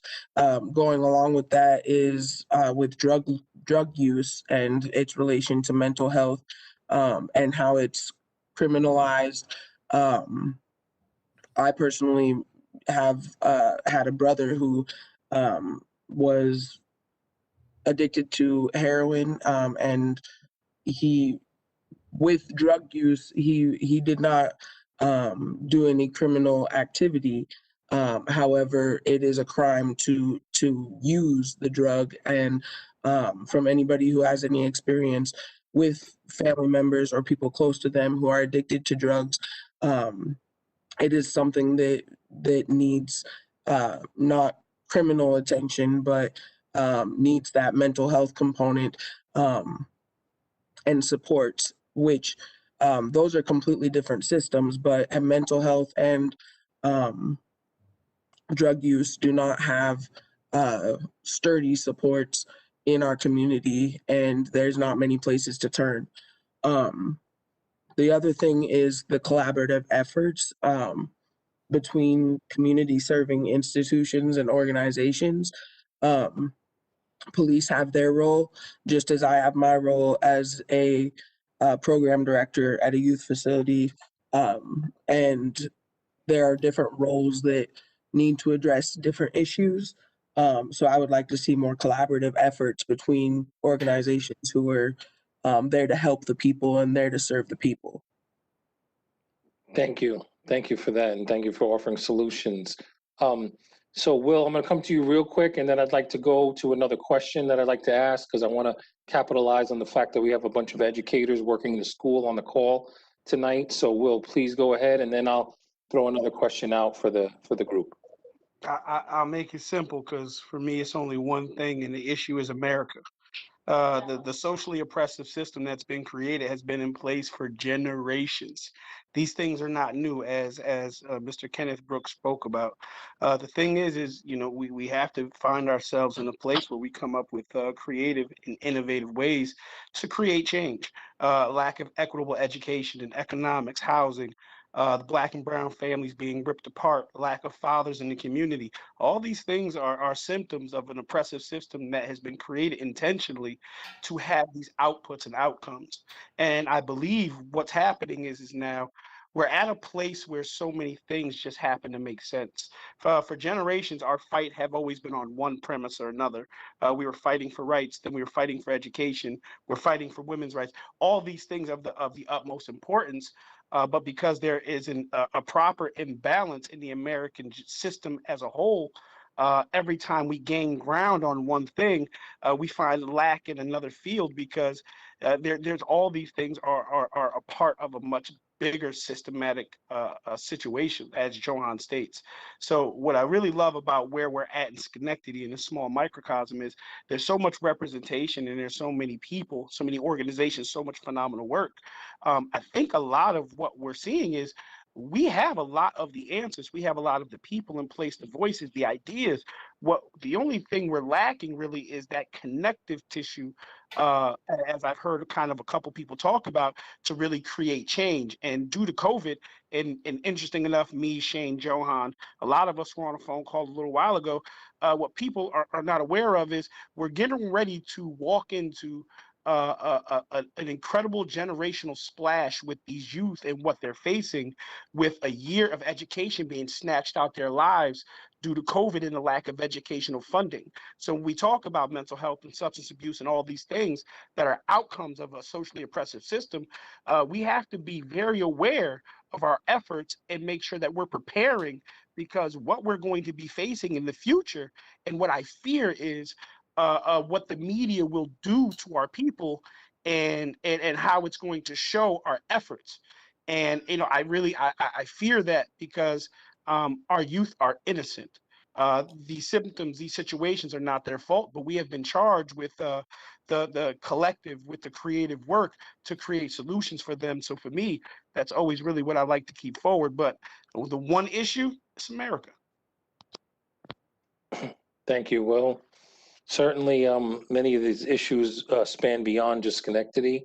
I think it's important to look at the 30,000-foot view, but I also, want to make sure that as we get into the last 40 minutes of this call, that we're also trying to really narrow in on actionable, tangible things that Schenectady can do. But I hear you, brother. I hear you. Okay, so I'd like to, again, particularly for students who may be on the call this evening, who are in school, and for those who work in schools, what are your thoughts about police presence in school? Good idea, bad idea, thoughts or reactions? having a physical police presence in our school buildings, from your perspective, good idea, bad idea, could be done better? Please, go ahead. Anyone who would like to, just to lead with the Ebony, please. Generally speaking, I think it's a bad idea. Again, I refer to those officers that have been amazing and connect with our kids, but almost every officer prior to that, there were not good, healthy interactions. I don't think they should be there on a regular basis, police in the area, if you will, but I do think it should be part of what they do to come in with a social worker, a therapist, somebody there to moderate the conversations so that some trust can begin to happen. I remember a few years ago when there were fights almost every day after school. There were no officers coming in any regular way to help support. Nor do I think I don't know. At that time, it was just so unsafe that yes, I wanted to see them there. But now we're at a place where we've seen so much violence coming from officers that I think their presence should not be there. But in a planful way, I think it's a good potential solution. We saw different reactions from different students when they were coming, when we read the different books and the different authors, and how some of them could support the kids in their anger and frustration. So I think we want to be really careful about which officers we expose our students to on a regular basis. I think any officer that's doing that will need a significant amount of training in order not to re-traumatize our kids and our adults. Thank you for that perspective, Ebony. Anyone else, whether a student in the school or a educator who works at the school? The question right now is, your thoughts, reactions to physical police presence in our school buildings. Good idea, bad idea, or propose a different idea? Yes, Terrell. Similar to you, I come from Brooklyn, New York, and the middle school I went to at the time, growing up, it was a lot of police presence, and led me to grow up. Like, I'll give you an example. Honestly, it was nothing like Schenectady, I would say, but since we're on the topic, you would go to school, and before you walk into breakfast, there's like 2 officers there. You got to put your police through a book bag scanner, metal detectors. So just as an example of the real life, some schools are excessive with police presence.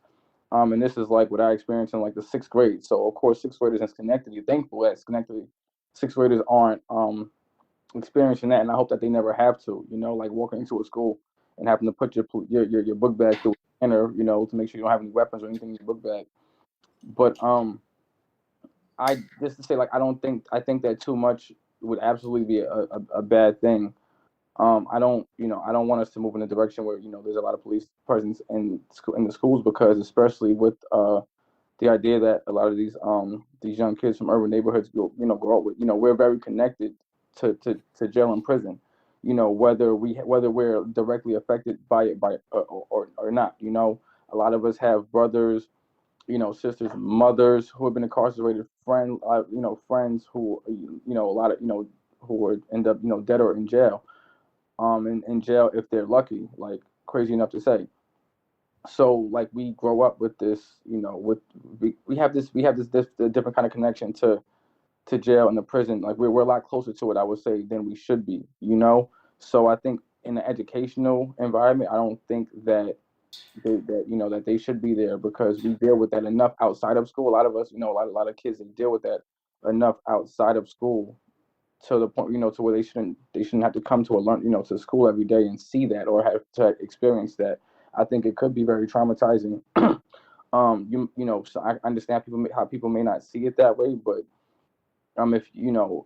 if you're from some of these neighborhoods, you see police a lot more. You hear sirens a lot more than you do in other neighborhoods. You see police a lot more than you do in other neighborhoods, and it's usually not a good thing. So I don't think that our kids seeing that in school, or just I don't think them seeing that is good. I don't think that they're ready for that. I don't think that that they've been trained for that, or that we've been trained for that either, enough to like have that kind of relationship to where kids should be seeing seeing police presence in the school. Like I think even with social media plays a role in it, and just it is teaching a lot of kids, whether we like it or not, it's teaching a lot of these kids things that we may not want them to know. But regardless, it is. Kids are on Instagram, they're on Facebook, they're on TikTok, they're looking at things, and they're seeing, false news is a very big thing too. So that they're reading all these things, that they're reading these disturbing headlines on like that stuff mixed with real life situations, things that are really going on. It's just it's really not good for them, right? I don't think that it's a good idea. I do understand how there is violence in the high schools and in the middle schools, and I do understand how sometimes people might want that, but I don't think that we're ready for that. I don't think that the kids or the community, I personally don't think that we're ready for that, or that they're ready for that either. Thank you. Thank you. And I want to acknowledge the wisdom dropped in the chat space by our Reverend Lennox on the call tonight. And yes, Reverend, that's what we're attempting to do, is to create a story together and walk that story together. So thank you for that bit of wisdom in the chat space there. Anyone else before I move on to our next question want to respond to police presence in the schools? Hi, good night. This is Simone Miranda. I am part of the Schenectady City School District, but tonight I'm representing Working Group and Girls of Schenectady. I do want to chime in on this. I do think that it's a bad idea at this point in time to have police presence in the school. Working with youth, I've seen some positive things happen, as Ebony mentioned, with police, law enforcement, and the students, but I don't think at this point in time it is something that we should concentrate on. I think what we should really focus on is building positive relationship and be thoughtful if we are going to have some sort of presence of police or / law enforcement in the schools. Thank you, Simone. I see Rochelle, and I think I saw Patty with her hand up. So Rochelle and then Patty.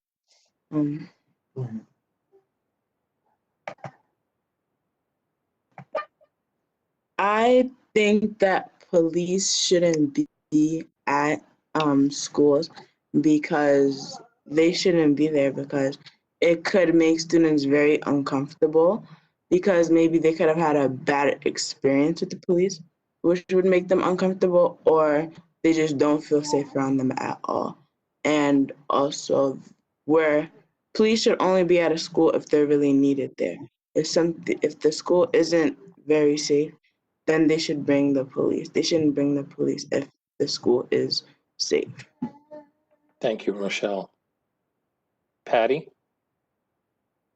Hi, I'm Patty. I'm the assistant to the superintendent in the Schenectady City School District. And I think that it's really important that we're always keeping in mind that schools are a place of learning. And as soon as we start, changing what our purpose is by bringing in law enforcement on a regular basis, we've lost sight of what we're there to do. And I think it would just really create more of the school to prison pipeline. I just don't think it is a good thing for us to have our police in the schools in that manner. Building those relationships, building on what everybody on this call has been talking about, wanting to build that relationship is really important. But I think a police presence, even saying it that way, gives off a different concept. And I don't think that would be a good thing for our learning environment. Thank you, Patty. Okay, we're coming up on just shy of half an hour, 30 minutes left. And I really would like to stress that in this last 30 minutes, in your responses, to the best extent possible, you focus on offering responses that are tangible, actionable, things that can move policy, that can move procedure, that can move practice. Because at the end of the day, that's what this task force is looking to do, is to identify those things that we can actually move forward. And I'm not saying that, the conversation this evening hasn't been helpful. It's been great. I just want to try to narrow our focus a little bit in this last 30 minutes, like actionable, tangible things that the task force can take, hear from you, and then actually put into a report that tangibly moves something forward. So with that, I just want to I just want to kind of loop back to that concept of trust, because I felt like we touched on it, but I want it to come more from a solution standpoint right now. I'd like to ask, can the police build trust with the community without help from the community? Are there things that the police could be doing proactively on their own to build that trust without the community members? What could that help look like from your perspective, if you agree that they can do it without the help from the community? So again, to the extent possible, focusing your replies on tangible things, solutions. Let's try to focus on solutions in the last 25 minutes and propose them. So can the police really build community sense of trust without involving the community? And then if so, how do you think so? And Terrell, I saw your hand up. Okay, to answer your question, your new question as well, is to end the last one. I love what Will just said in the comments. He said that police should be in the schools, just not in uniforms. I really like that idea. I think that's a great way for them to begin to build some type of trust with the youth, with the community. I think, especially the youth. I really like that idea. I don't know if anyone else does. I really like that idea. And I'm surprised it didn't come up earlier, but I just wanted to say that. I really do. Great idea, Will. And I think that it's not nothing that specifically the police need to do. I think there's work that needs to be done on both ends. I think I think that we often we blame the police as a community. I feel like we blame the police. I personally feel like we blame them for a lot of things, without taking accountability for for ourselves and seeing what more can we do. I think that there's things that can be done on both ends. We can talk about what the police what they can change and what they can do all day, but I think it's also important for us to hold ourselves accountable and look at what more can we be doing to help the situation as a whole. We can't, no relationship gets anywhere with someone blaming one person constantly. You don't really get anywhere. So I think there's work that could be done on both ends, and I think everyone could agree or disagree with that.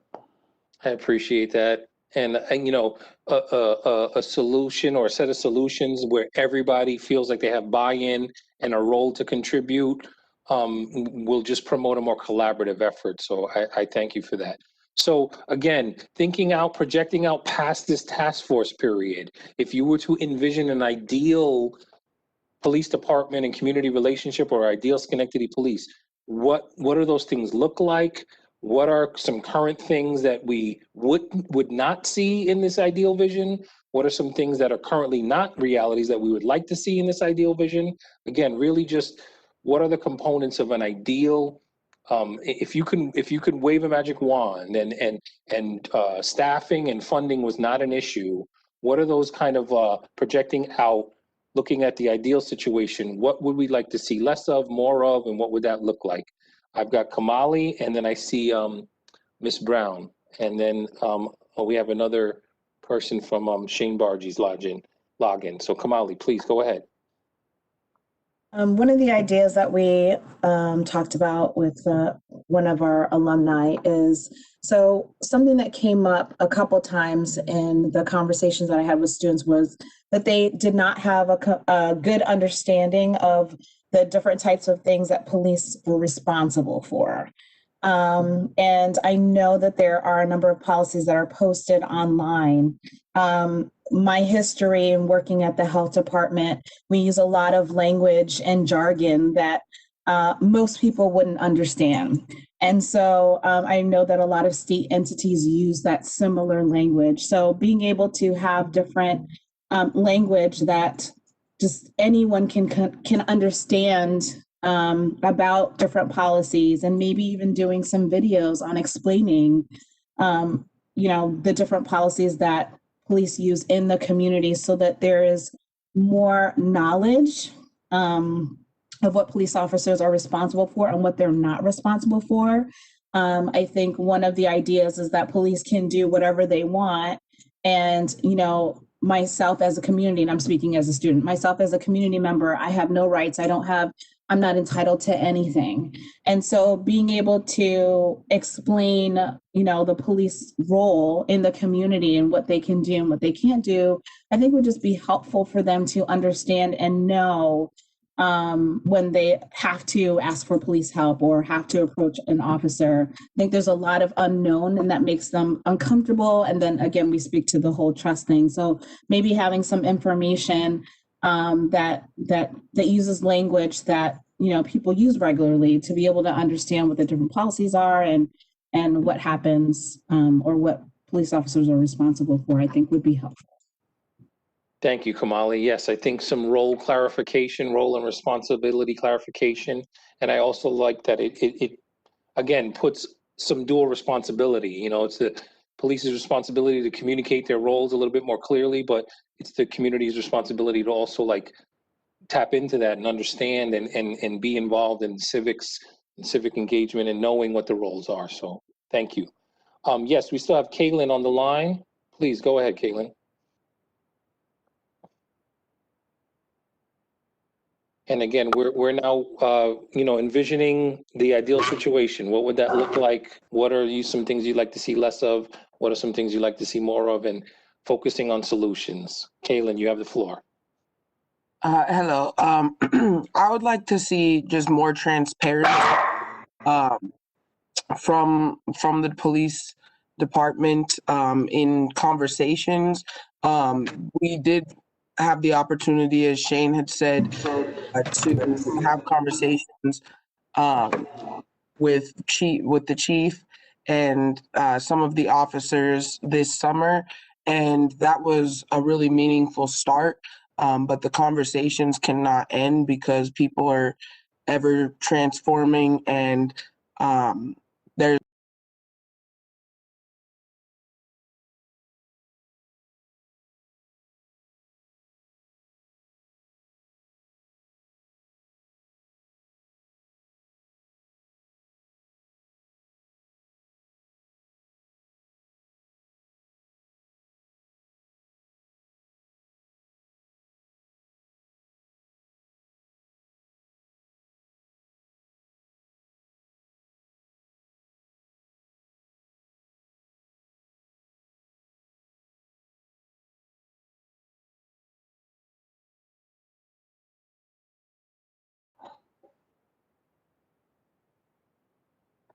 I think we lost the audio there. Kaylin, are you still there? Oh, yep, sorry. Okay, we got you back. Were you? I don't know where I was when you lost me. I think we got the majority of it. The focus on mental health and the need for more interaction with the police officers. Yes, Continue. that would be, speaking, as far as policy, that it would be required that officers have to address their mental health, and that it would be that there would be more training for officers or more departments or positions that would focus on just the health of humanity and the burdens that are faced. Thank you, Kaylin. Mm-hmm. Yes, Patty, we have you up next. Please go ahead. Yeah, I just want to build a little bit on what Tyrell had said, and Kamali, I hadn't really thought about the fact that each of us brings certain training to the table. And so, we as educators are trained in, the development of children, developmental stages, and how they react, at the elementary level as opposed to the middle level and then in the high school. And, that's our training. And when I think about police training, there's specific training that they too have that we could benefit from, and vice versa. It's almost like reciprocal that, when we think about mental health, that we have mental health providers, and maybe our resources should be that collaboration where we're bringing our skill set to the table and helping each other to learn and understand our perspectives and our roles, but also train so that when a police officer is interacting with a 13-year-old middle school child who might have made a knucklehead decision in that moment, that they could draw upon that training that we as the educators could bring to the table, and vice versa. So I feel like there was a lot said around that. I don't want to lose sight of that. Felt that that was really powerful. Thank you, Patty. And yes, I just want to re-stress again to the Finn Institute and others on the call that there's a lot of suggestions tonight in the chat space. So let's be sure that we copy and paste that text into the official record. Probably more engagement in the chat space tonight than any other call. So we appreciate those of you, continually chiming in with some suggestions. So again, about 15 minutes left, and we're just talking now about what do you want to see from your Schenectady Police Department? It's really, simple. I know it's not a simple answer and solution, but I just want to try to have a very simple kind of conversation there. What do you want to see from your Schenectady Police Department? What do you want to see more of, less of, etc.? Yes, Will? More engagement with the youth and less basketball shots.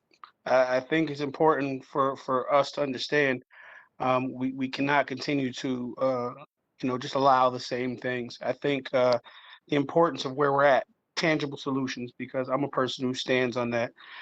Community-led conversations prior to officers even really accepting the oath, because at the point where they accept the oath to become a police officer, their training has already been accepted.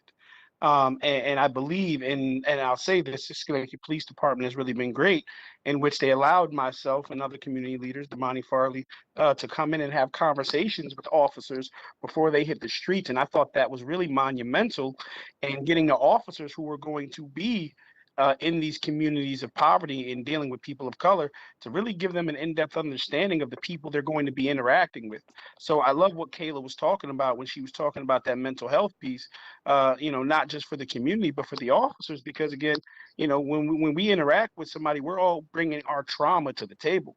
I think really having those conversations, that community diversity training, before the officers take the oath, because at that point you're really gauging their commitment, because somebody's going to let you know, I don't really want to take that training. Then they're not really committed to the process of working in these communities of color, and they may have a bias, unfortunately. Second, I think what's going to be key is having officers. And the reason I say officers in the school district with no uniforms is getting officers used to just being humans. Put the uniform down. Get engaged with our youth in the schools.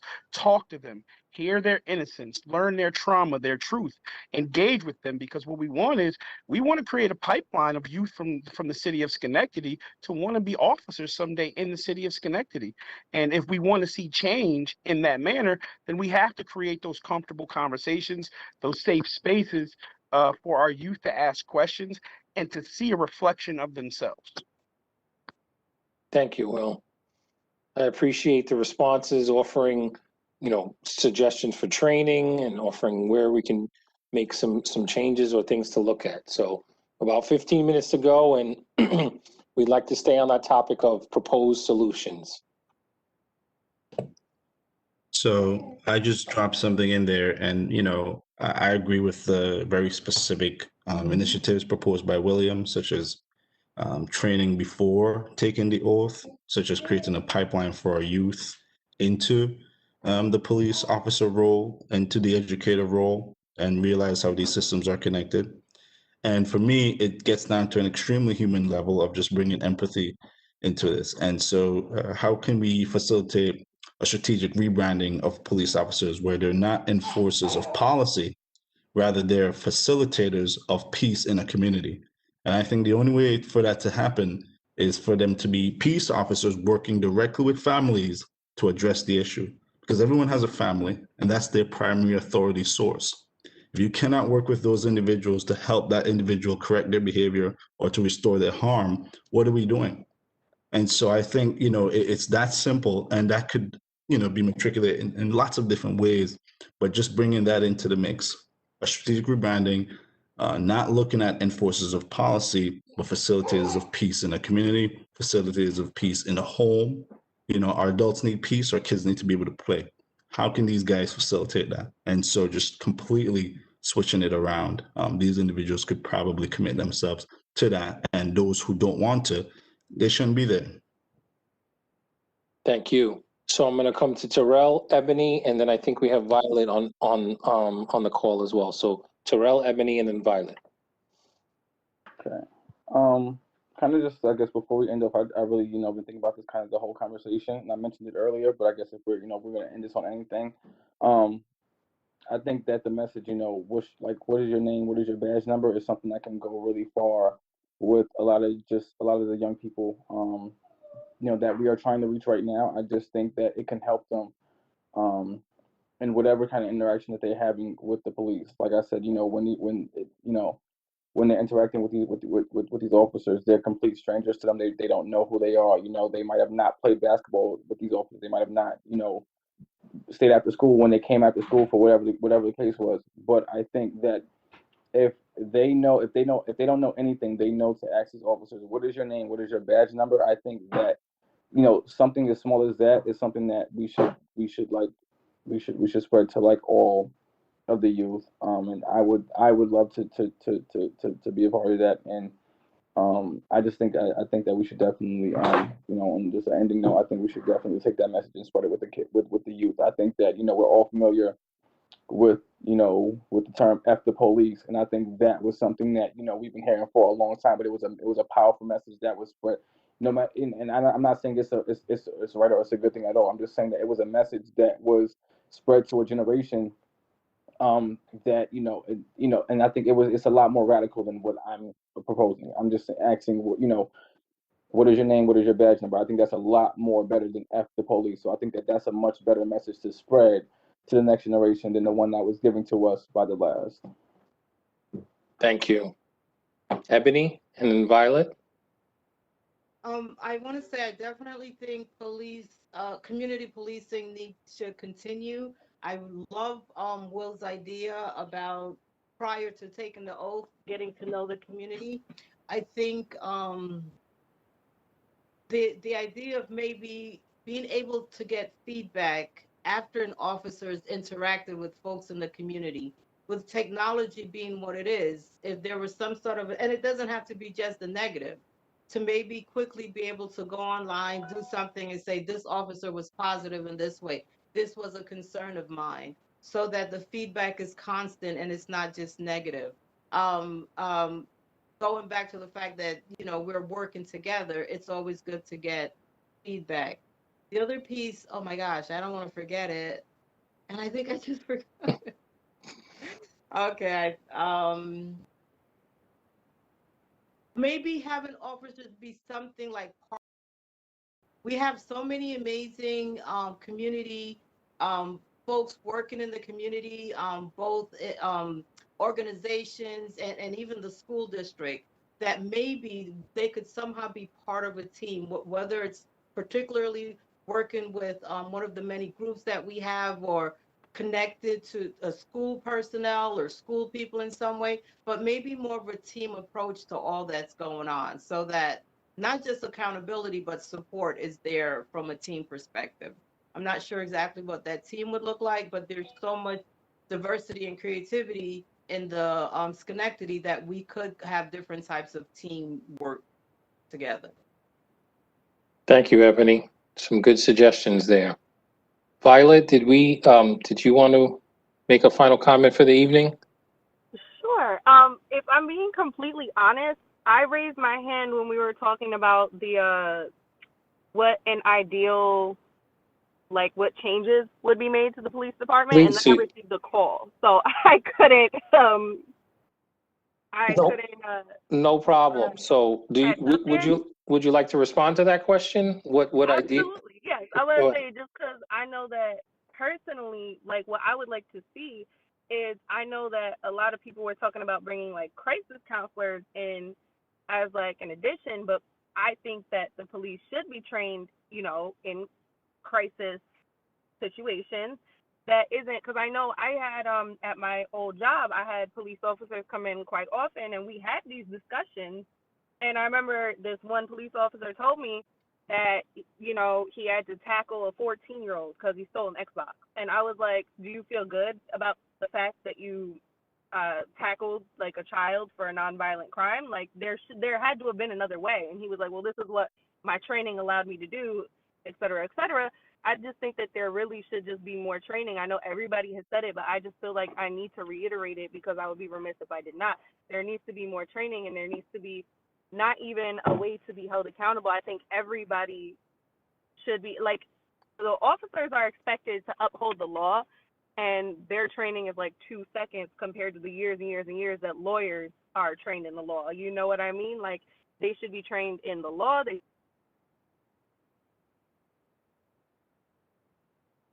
individuals to be be serving the community in the way that they are expected to. So that's my 2 cents on the matter.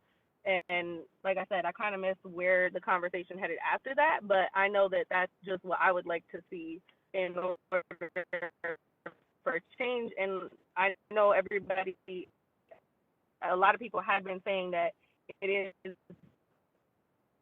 part of the community and part on the police department, but I just want to reiterate, I do not feel that way, seeing as how the police are civil servants,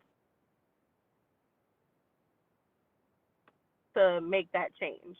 Because I know, like I said, I have had these conversations with officers just casually when they're off duty at my own job, where I'm like, hey, maybe have you thought about it this way though? Because I just feel like a lot of officers are like, well, I'm not doing wrong, so like it's all good. But actually it isn't, because you can actively not be doing something wrong and still kind of be derelict in your duties.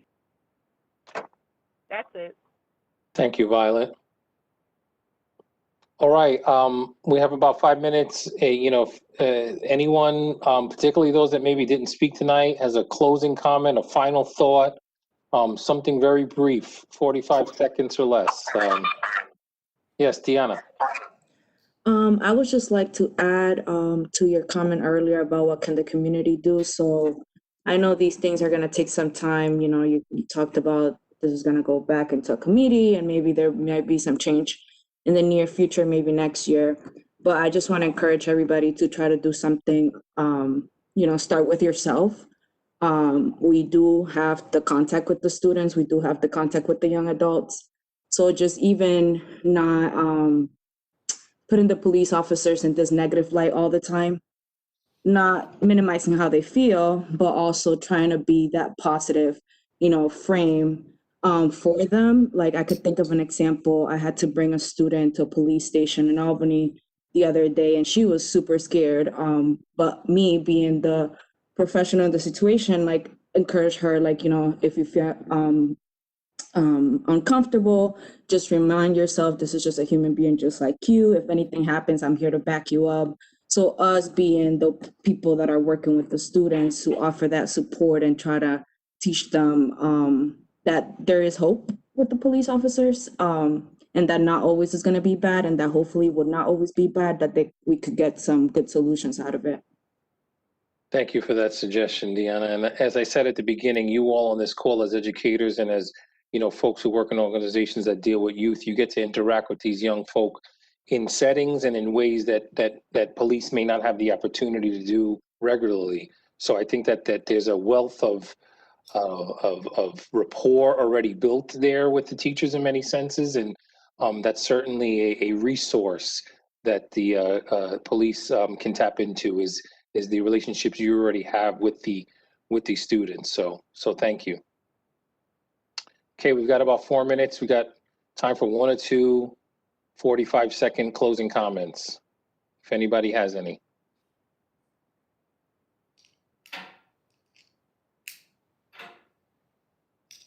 Okay, well, like I said, my name is Jason Benitez. I'm the VP of Talent and Inclusion at the Capital Region Chamber. And, I've been honored to be a part of this process. I thank you all for the active engagement this evening. We got a lot of notes from tonight, both on the call and in the chat space. So, stay engaged, stay connected, stay plugged in, and we're confident that collectively we can see some better outcomes here down the road. So I appreciate you all this evening. And I'm going to turn it back over to the chief and the mayor for any closing comments. Thank you all. Stay safe and be healthy. Jason, thank you. I want to thank everyone. It was really a great discussion tonight. A lot of different perspectives, really things of substance. It shows a lot of the talent that those of you that are part of this tonight possess and the things that you're contributing to the community. So we're just very appreciative of your time and effort in this as we go through this process to make the police department, make the community better, stronger, and create a platform of equal opportunity for everyone across the city. And with that, I'll turn it back to Chief Clifford. Thank you, Mayor, and thank you, everybody. This was really good. I truly believe that we saved the best for last. The conversation was excellent. The chats, as Jason had mentioned, the information in the chat room is phenomenal. So again, thank you very much. Yeah, there's only one really thing that I wanted to mention. It was what you brought up, Mr. Outlaw. I feel like it's a really quick response for me to let you know that I like your idea about asking for a name and badge of the officers, but I just want to let everybody know that for a while, probably for about 15 years, maybe even more like 20, we've always had our names on our badges, and we've had right next to our badge. So the badge number and the name is right below. In addition to that, I believe it was in 2019, we started buying outer vest covers that have the name really big on it. So so we have that visual there. So I just wanted to let you know that. But it's a good advisement to ask that also. Our officers are required to give it if asked. It's in our policy. I would also be remiss if I did not take the opportunity while on a call with youth and education to encourage any of you young men and women who are looking for careers to consider law enforcement, specifically here in your community in Schenectady. If anyone needs help along those lines, please feel free to reach out to me or to any one of the officers that are on this call right now or that you might meet during your time in the community. Thank you very much. I really do appreciate it. With that, folks, have a great evening. Stay safe and healthy out there. And again, our Reverend Lennox will stay on the call if there's anyone that needs to connect for any type of support. Have a great evening and thank you.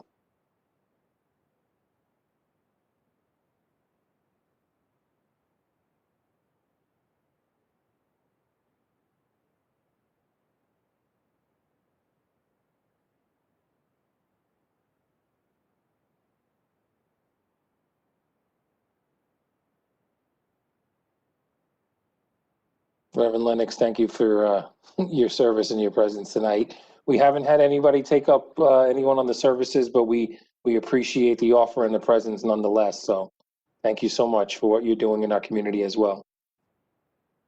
Thank you for this opportunity and thank you for helping hold the space in a meaningful way. It is absolutely beautiful to see dialogue finally taking place between so many varied parties in this area.